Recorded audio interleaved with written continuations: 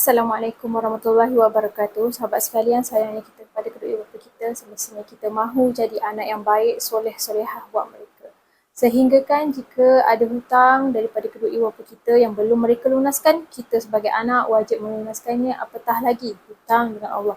Sahabat sekalian, suka untuk saya kongsikan satu hadis yang berbunyi begini. Seorang wanita dari Juhainah datang menemui Rasulullah SAW dan berkata, sesungguhnya ibuku telah bernazar untuk menunaikan haji. Apakah aku perlu menunaikan haji bagi pihaknya? Jawab baginda, ya, tunaikanlah haji untuknya. Apa pandangan kamu? Kalau ibu kamu berhutang, adakah kamu perlu melunaskannya? Jawabnya, ya. Sabda baginda, tunaikanlah hutang Allah dan hutang Allah lebih berhak untuk dilunaskan.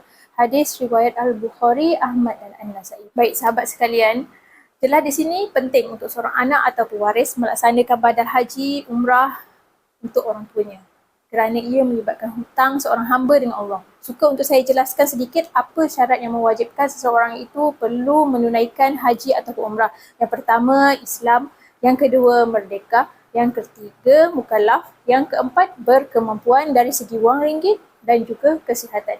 Jadi, jika kita dah mencukupi syarat-syarat tersebut, kalau boleh, janganlah kita melengah-lengahkan untuk menunaikan fardu rukun Islam yang kelima, iaitu menunaikan haji.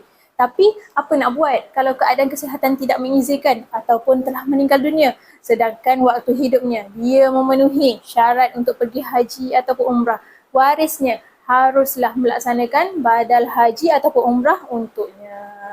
Apa maksud badal umrah dan haji ini sebenarnya sahabat-sahabat? Seorang yang telah melaksanakan ibadah haji atau umrah untuk dirinya, lalu melaksanakan umrah haji untuk orang lain sama ada orang itu telah meninggal dunia ataupun sakit yang tak ada harapan untuk sembuh dengan mematuhi syarat-syarat yang telah ditetapkan. Apa syarat-syarat badal haji atau umrah ini yang kita semua kena beritahu? Saya bahagi kepada dua. Yang pertama sekali, syarat mewajibkan badal haji untuk orang yang nak dibadalkan.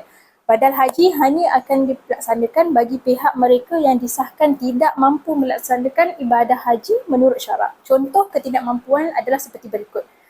Meninggal dunia, mengidap penyakit yang tidak akan sembuh, mengalami kecacatan fizikal seperti buta, iaitu jika dia tidak mampu mengadakan pemandu, dan seterusnya usia tua yang tidak mampu melakukan ibadah haji dan menempuh perjalanan yang jauh. Saya sediakan beberapa contoh untuk badal haji yang tak sah. Orang yang sihat tu badal, contohnya ada duit, tapi upah orang lain untuk mengerjakan haji untuknya. Tak boleh, ya, tak sah badal haji tersebut.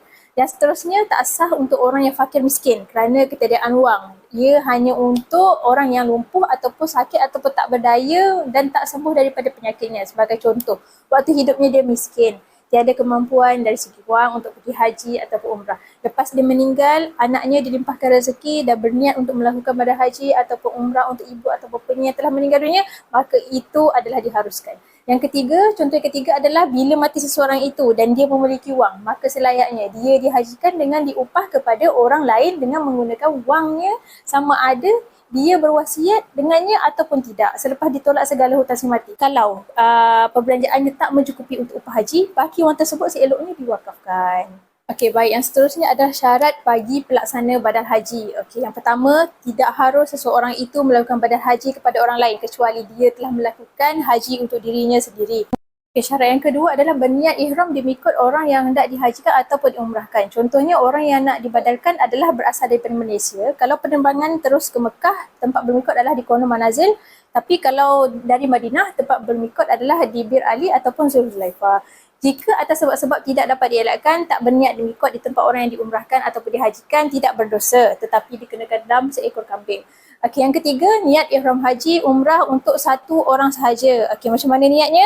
Sahaja aku berniat menunaikan haji bagi pihak si fulan bin si fulan, nama dia, dan berihram dengannya kerana Allah SWT.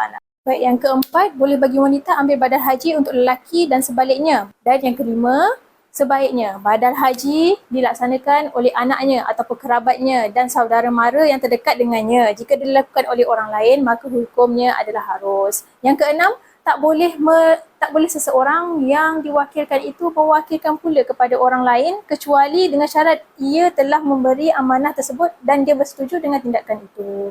Baik, seterusnya yang ketujuh, perlu diwakilkan ataupun diupah haji itu kepada seseorang yang baik, jujur, amanah dan berilmu untuk melaksanakan badal haji tersebut. Baik, suka untuk saya kongsikan contoh lafaz wakalah. Contohnya begini, aku serahkan tanggungjawab menunaikan haji bagi pihak bapaku dengan bayaran sekian-sekian-sekian. Dan contoh lain, aku mengupah kamu menunaikan haji bagi Allahyarham bapaku dengan upah sebanyak RM sekian-sekian-sekian. Jawab penerima upah, saya terima. Atau seumpama dengannya. Baik, dengar baik-baik sahabat-sahabat. Untuk satu musim haji, seorang pelaku pada haji itu hanya boleh melakukan atau membadalkan hanya seorang sahaja.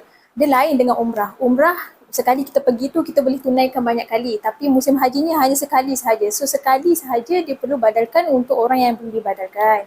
Kalau dia ambil banyak upah, dia kena serahkan kepada orang lain.